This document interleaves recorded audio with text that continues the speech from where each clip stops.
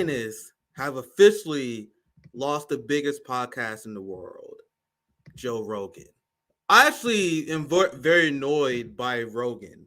I roasted Rogan quite a bit recently because he was one of those people that was condemning pro-Palestinian protesters. He's like, I don't understand what all these people in the streets for Hamas for. Like he criticized young people for being quote unquote pro-Hamas. People need to realize that the dumbest among us, the dumbest and the most morally, the people who are cowards, they are the people who just now realizing that this genocide is about to go down in history. The people with a platform that don't speak up about it, they are now realizing that they will be on the wrong side of history. So now they are tepidly mentioning the fact that it's a genocide. Joe Rogan has been live for hours, and only 90 seconds. Just now, you want to say it's a genocide? And the reason why I frame it like this, guys, can you imagine the reaction of these white dude podcast bros if China murdered over 12,000 children? Bro, if China murdered over 12,000 children, you would have white podcasters lead with that every damn day. That would be the only thing they talk about. When you look at the right, they freak out about China. When you look at the United States and UK, they spread bullshit about a Uyghur genocide with no evidence. And they was fear-mongering over that for years. You guys notice they don't talk about that anymore, right? The Uyghur genocide. Because now people realize how fucking ridiculous it is. The idea that China was committing a genocide that it was actually secretly covering up. That was the argument made by these people. Oh, that China's actually committing a genocide, but there's no way to track it. Let's just ignore all the independent investigations, independent journalists that have long since rebuked it, including the Associated Press. The Associated Press went to China and said there was no evidence of a genocide there. You had the Trump State Department that launched an investigation to try to find dirt on China, and they couldn't produce anything. That was going to report on the genocide and the abuse of the Uyghur Muslims, and the Trump administration couldn't find anything, and they scrapped it. White podcast bros uncritically repeat the Tiananmen massacre and the Uyghur genocide story, despite the fact that we've seen no dead bodies. Now that we have been traumatized by seeing dead and mangled children, I saw a child that was a skeleton today. I saw a child that their skin was all like grayish because of malnutrition, and she would look like a fucking skeleton. Where are those images coming out of China, my friends? Not a goddamn one.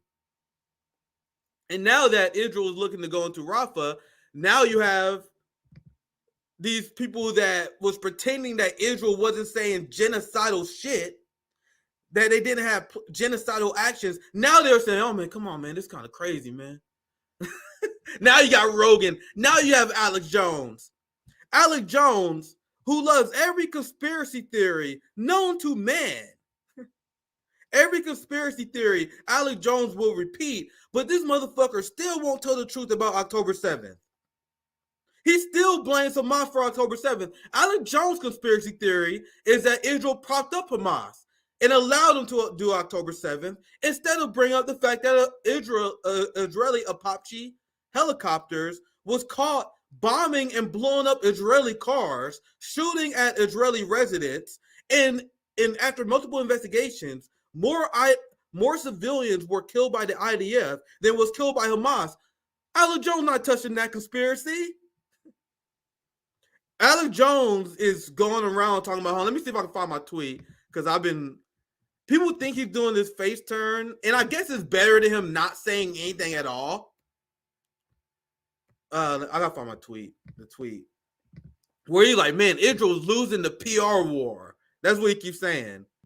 Alex Jones, instead of morally condemning Israel for what they're doing, he's saying that they're losing the PR war. So my point is, at what point? Here it is. This is what I'm looking for. At what point do you stop worrying about the PR of Israel and start morally condemning them yourselves? This is the cowardice I have noticed, especially from these people who fear themselves as being people who speak truth to power, people who consider themselves anti-establishment. The weakness that they had on the issue of Israel, I cannot unsee. Because look at this. This is Alex Jones' commentary. He says Israel is publicly committing PR suicide. At what point do you stop caring about the PR? And then you start morally condemning them yourself and start providing that negative PR.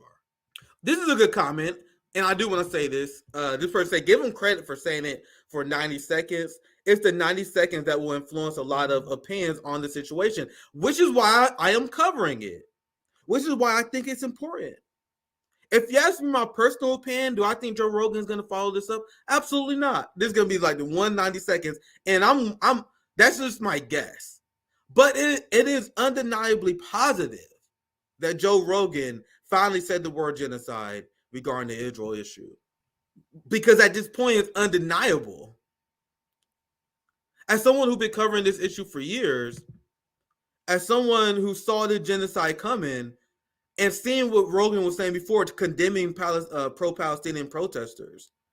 I just did a segment not too long ago where he hosted James Lindsay, and it was spreading unhinged anti-China bullshit. For you to come in, the official number is 40,000 dead, 12,000 dead children. We already know that's higher than that, but let's just go with the official number for simplicity. For you to come in after 12,000 dead children and you want me to applaud you, that is absolutely not going to happen. I am absolutely not going to sit here and be like, oh my God, thank God, Alex Jones and Joe Rogan speaking up against Israel. 6 months too late. And they are still weak in their criticism of Israel after everything Israel has done. I went to a giant right-wing space. There was this space that often hosts Alex Jones. This Mario guy who's friend with Elon Musk. You guys know him. I told you guys the story before. I went in there hot like, bro, I don't think Israel has the right to exist. They don't. Can you imagine how they would be speaking if China murdered over 100 journalists? God knows what the number is now. Over 100 UN officials was caught plausibly committing a genocide, was demanded by the UN Security Council to cease fire, and their reaction was, fuck you and your Security Council. We are not going to cease fire. Can you imagine their reaction if China did that? This is why I am unimpressed. The Western chauvinism, and I should say the people who apologize for United States allies, the people who, there's two rules. They see the Zionists, their friends. They can do whatever they want. But they are super critical on China, Iran, Russia, and other countries. That's the height of cowardice. We should be calling out our countries. We should be focused on the United States, not focused on China and Russia. We should be focused on our countries. We should be focused on humanizing the enemy. They do the exact opposite. They humanize the most disgusting swamp monsters that we ever seen. They humanize them and make excuses, while at the same time you can't humanize North Korea, Xi Jinping. You can't humanize Russia and Putin. So that's why I want you guys to think about that. I want you guys to think, how would they talk about this issue if North Korea killed 12,000 children? Would they be doing this? Oh man, North Korea is committing PR suicide. They wouldn't be talking about the fucking PR, the DPRK. This is weak lip dick bullshit. Do you guys understand? This is the weak lip dick bullshit that for some reason Alex Jones, Tucker Carlson, they're allowed to get away with. Russell Brand is another coward. This motherfucker does everything he can to talk about Gaza. The most important story of our modern time. The genocide in Gaza, the moral litmus test of our time. Russell Brand will talk about everything else except that. Alex Jones, when he talks about, is talking about Israel PR. And he's talking about how Israel still needs to exist as a state. He said, man, what you guys are doing, you guys are losing the world. You guys are, instead of saying, fuck you guys for killing children, instead of saying, fuck you guys for tossing out international law, what Alex Jones and these people said, oh my God, Israel, well, you guys are ruining the game. Come on, man. We don't want to talk about this. We don't want to talk about this. You guys are forcing us to talk about this. Why is it about the PR? Why won't you morally condemn them yourself? The American people are. And this is why I'm not, like, Rogan saying it's a genocide, whatever. People put way too much stock in celebrity endorsements, what they fucking say. People already see it's a genocide. The only difference is people see that Joe Rogan is a coward for not calling it out. So Joe Rogan has to call it out because he gets pressure because the average American sees it. Fam, like, when you study issues, you know that numbers usually turn slowly. Like, when you look at the Americans who support defunding the police, it's shot up significantly over the last few years. Went from negative 33 to being supported by 55% of independents. They never tell you that. I'm the only one who actually report on these numbers. Defund the police is not in a great place. I am not pretending that it's a great place. But compared to where it was, to go to negative 33 to be at like a 50% split is crazy. Guys, that's what they call a trend line. When you see polls flip extremely fast. The same thing would happen to single payer, where a lot of Americans are like, I don't know about single payer. And then it flipped. Now 70% of the country supports single payer. You know what I mean? Those drastic trend lines matter. Now, when you look at the amount of Americans who supported Israel's genocidal actions at the beginning, in November of last year, you had around 50% of Americans who approved of the genocide in Gaza. They saw the thousands of dead children, the most deadly battlefield of all time. And largely white America was like, yeah, we good with this. Because I got to say that, because I'm not here to protect your feelings. When you look at those early polls, when you separate it from age and when you separate it from black, brown versus white America, black and brown people oppose this war around 70 to 75% from the very beginning. White America supported around 75 to 80% in the very beginning. So when you see that number 50%, that number is actually dragged down by black and brown people. I mean, yeah, let me rephrase it. It's inflated by black and brown people and dragged down by white America. So for the very beginning, there was a racial split. But I am very happy to report that even though it took a large segment of white America to get on board, that it became undeniable. It became undeniable. I reported on how 58% of white evangelical Christians supported a ceasefire. 70% of Jewish Democrats supported a ceasefire. Around 55% of Jewish people overall supported a ceasefire. These are numbers you will never hear on our Zionist corporate-controlled news networks. They pretend that people who support genocide are pro-Hamas, that they are college kids. Oh, you're just a college kid who are pro-Hamas. You've been brainwashed by TikTok. Bro, you lost white evangelical Christians. Shut all the way the fuck up. You guys lost Jewish Democrats. I keep saying Jewish Democrats. It's Jewish people as a whole, my friends. It's just the Jewish Democrat number is extremely high. They lost Jewish people as a whole, but they pretending that people who are against the genocide are pro-Hamas. That is what people on the right still do to this day. That is what the Daily Wire does to this day. That is what Ben Shapiro does to this day. That is what MSNBC does to this day. I've seen this. You even had a CNN. I forgot. I'm trying to blank on the fucking guy's name. They literally called Rashida Tlaib the pro-Hamas wing of the Democratic Party. She don't even support the right for Palestinians to resist the state of Israel. She don't believe in Palestinians' self-defense. She says, stop killing kids. Guys, I have to make the distinction because not many people are making a distinction. I don't view you as good on this issue. And this is why I'm glad that And I'll give big props to Brianna Joy Gray for showing us, exposing Marianne Williamson, because people think that Marianne Williamson was good before on this issue. They think that these progressive, except Palestine people are good on this issue. You're not good on this issue for me if you condemn Palestinian resistance. If you legitimize a state that is illegitimate, you are not good. You're a Zionist. So there was a discourse that I started, my friends. There's a reason why I'm blacklisted. There's a reason why RBN is blacklisted. We throw a sledgehammer to the PMC class. Big shout out to Bree for acknowledging this, because I was very confused about Bree propping up Marianne Williamson, and Bree just exposed Marianne. Because I was explaining, like, bro, if you believe that Israel has the right to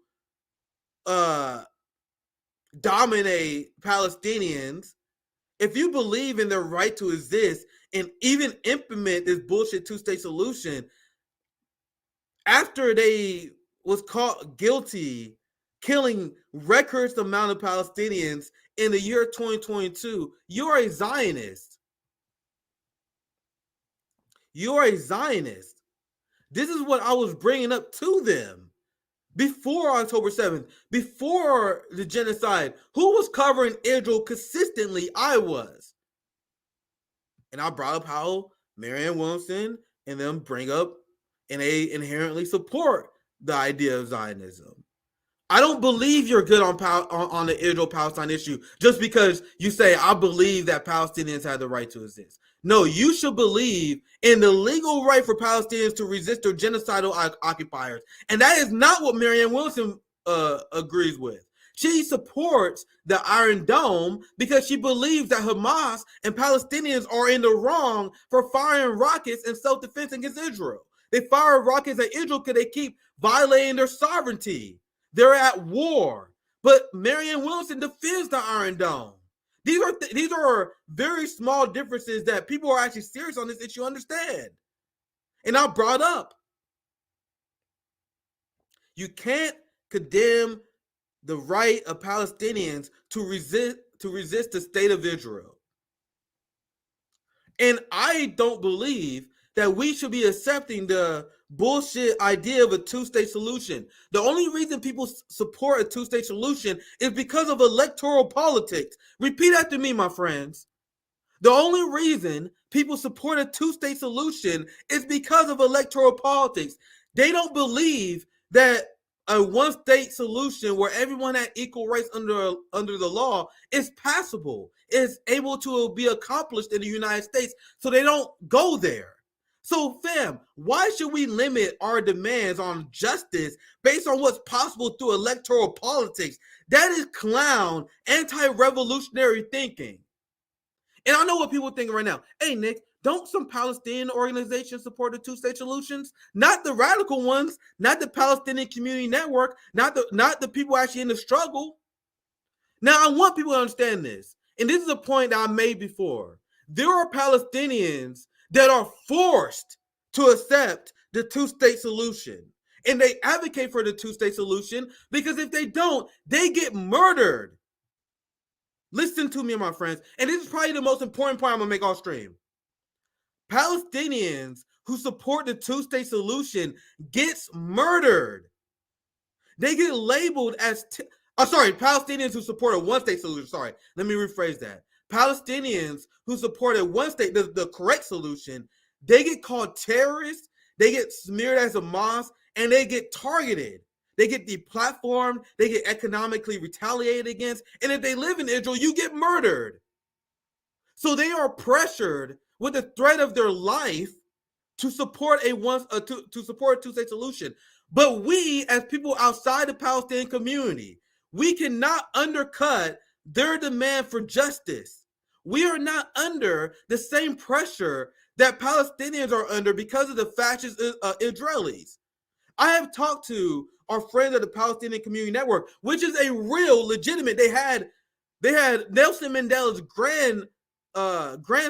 They organized many Palestinian events. And this is what Marianne Williamson, she didn't even fucking understand this point. I was like, man, I had talked to the Palestinian Community Network. She's like, you have friends? You said I don't have friends? I'm like, man, nigga, I'm not saying friends, you idiot. I am talking about an organization. So many that went over so many people's fucking head because they don't even know who the Palestinian Community Network is. Look at the tape. I was like, Marianne Williamson. I talked to the Palestinian Community Network. They find it's completely unacceptable. And she's like, man, I got Palestinian friends too. That is not what I said. I quoted an organization that you clearly don't know anything about, Marianne. And these organizations support a one-state solution because they're radical and they're not intimidated of the retaliation that they get for supporting the correct answer. So if you think I'm being radical here, I'm gonna ask you guys a question. If you think about, oh my gosh, should I support a one-state solution, two-state solution? Okay. We had apartheid in South Africa, correct? How did they solve the issue of South Africa apartheid?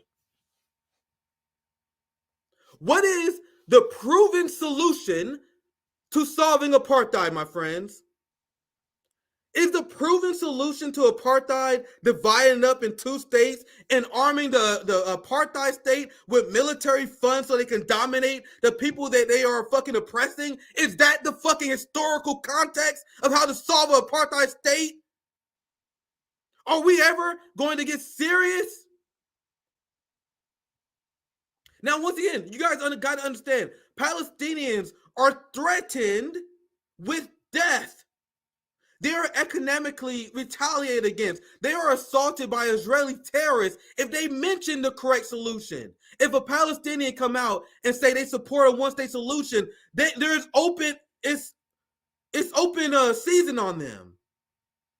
Let alone if they live in Israel. If they live in the UK, they will get branded anti-Semitic. They will never get hired. They will get fired from any media job that they have. Do you guys have any idea the authoritarian censorship regime that Zionists have put on Palestinians and Muslims? That's why it is upon us to support the one-state solution. It's upon Palestinian allies to support it. And I have watched for years Palestinian allies undercut the Palestinian Community Network. For years, I have watched the Western left undercut the Palestinians, and then when you undercut their demand, the proper demand for justice, equal right under the law, then you throw the Palestinians who support a one-state solution under the bus. Because you give the impression that the Palestinians who want equal rights are radicals. Because you as elected say, oh my God, I don't support a one-state solution. I believe there should be two states. Why do people believe there should be two states? And this is something that Marianne Williamson said before. This is something that Bernie Sanders said before. Because there are racists who inherently believe that Arabs cannot coexist with Jewish people. So they believe that Jewish people should have another state because the Arabs can't control themselves, even though Palestinians have been coexisting with Jewish people for centuries before Israel. You guys see why they don't invite me on shows now anymore? You guys see why I'm not invited on the Hill anymore? You guys see why, even though I've been chomping at the bit at Tim Pool, I've been ratioing Tim Pool, I've been calling out Alex Jones on Twitter. None of these motherfuckers will ever have a conversation with me. Look at my Twitter. I've been going after these motherfuckers, ratioing them. Well, I wouldn't say ratio because they got a big audience. I mean, I'm getting like 1,000 tweets calling out their hypocrisy, and they never fucking invite me on. Because after studying the science of Marxism, of anti-imperialism, I see through the hypocrisy of the West like I never did before. I see through these Zionists and these fucking cowards, these professional managerial class cowards who are afraid to call out Zionism. I am revoking all your doctorate degrees. If you had a master's degree, you got a doctorate degree, and you're part of the professional managerial class, and you can't debunk Zionism the way I am, you don't fucking deserve your degree. If you're out here condemning Palestinian resistance, if you're out here supporting the two-state solution, if you're too much of a coward to support Palestinian resistance, give me your master's. Give me your doctorate. You are a child. It's game time, my friend. I have covered this issue for years. I knew that this was the end game. We're in the end game, my friends. The people in Gaza get genocided or they don't, which I think they will. Because the Western left failed again. Because they don't understand why you should support a one-state solution. People don't understand why I asked Marianne Wilson that question. Remember, Marianne Wilson asked to come on my show.